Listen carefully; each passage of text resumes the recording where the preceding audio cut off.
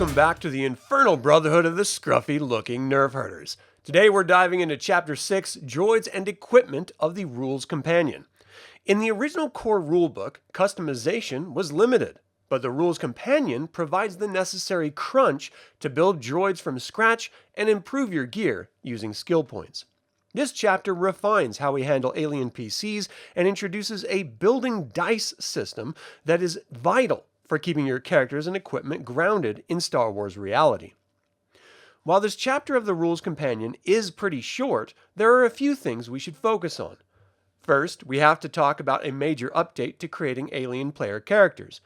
While the original sourcebook suggested simply adding 6D to an NPC's base stats, the Rules Companion officially corrects this with a specific restriction. At least 1D of those 6D must be added to each of the character's attributes. This ensures that your alien heroes have a balanced foundation rather than dumping all their points into a single stat. When you decide it's time to add a mechanical component to the crew, we move to the droid construction rules. Player character droids are built using a pool of 65 building dice, while NPC droids typically use 35D.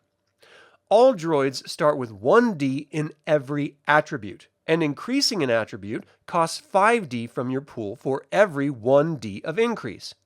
This is where things get tactical, as you must also use these dice to buy equipment and tools for the droid. Remember, most droids have one primary function. Most standard tools cost 1D, but if you want something specialized, like a tool with multiple functions or extra reach, it will cost you an additional 1D. There are two major limitations to keep in mind for droids. First, droids can never possess force skills.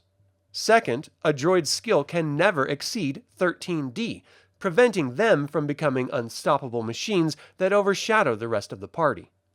Interestingly, droids that have gone a long time without a memory wipe can actually start with one force point, representing their unique personality and luck in the galaxy. Then we have equipment improvement, which works differently than just buying new gear. You can actually spend your hard-earned skill points to modify your existing blasters, armor, or starship components. For example, increasing a blaster's damage by a single pip costs 4 skill points. Once you pay the cost, you have to succeed on a technology roll to see if the modification works. A simple 1 pip increase is a very easy roll, but trying to push a weapon by 5 pips or more is very difficult and risks ruining the equipment. Speaking of protection, the Rules Companion clarifies armor modifications. Improving the protection of your armor is possible, but it comes with a physical cost. Your dexterity is reduced by the amount the armor is increased. If you want to avoid this penalty, you have to spend even more skill points on specialized dexterity enhancements to keep the suit mobile.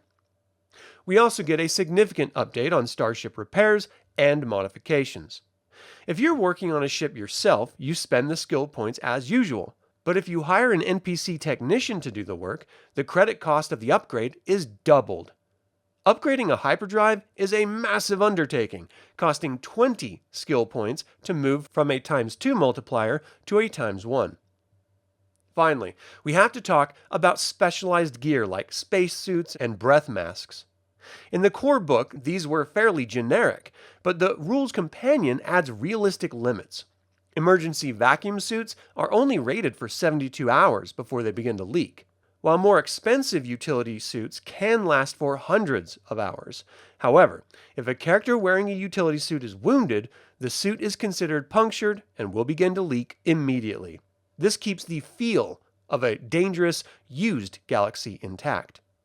While there are a handful of equipment descriptions, the majority of the section clarifies droids and equipment upgrades. With these updates, building droids and maintaining gear becomes a high-stakes game of resource management and technical skill.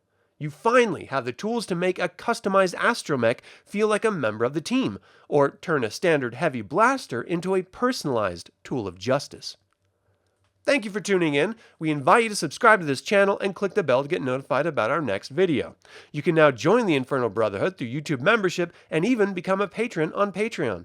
Don't forget to pick up some of our custom-designed Star Wars apparel or even Star Wars tabletop role-playing games by following the links in the description below. Until the Infernal Brotherhood convenes again, my fellow scruffy-looking nerf herders, may the Force be with you.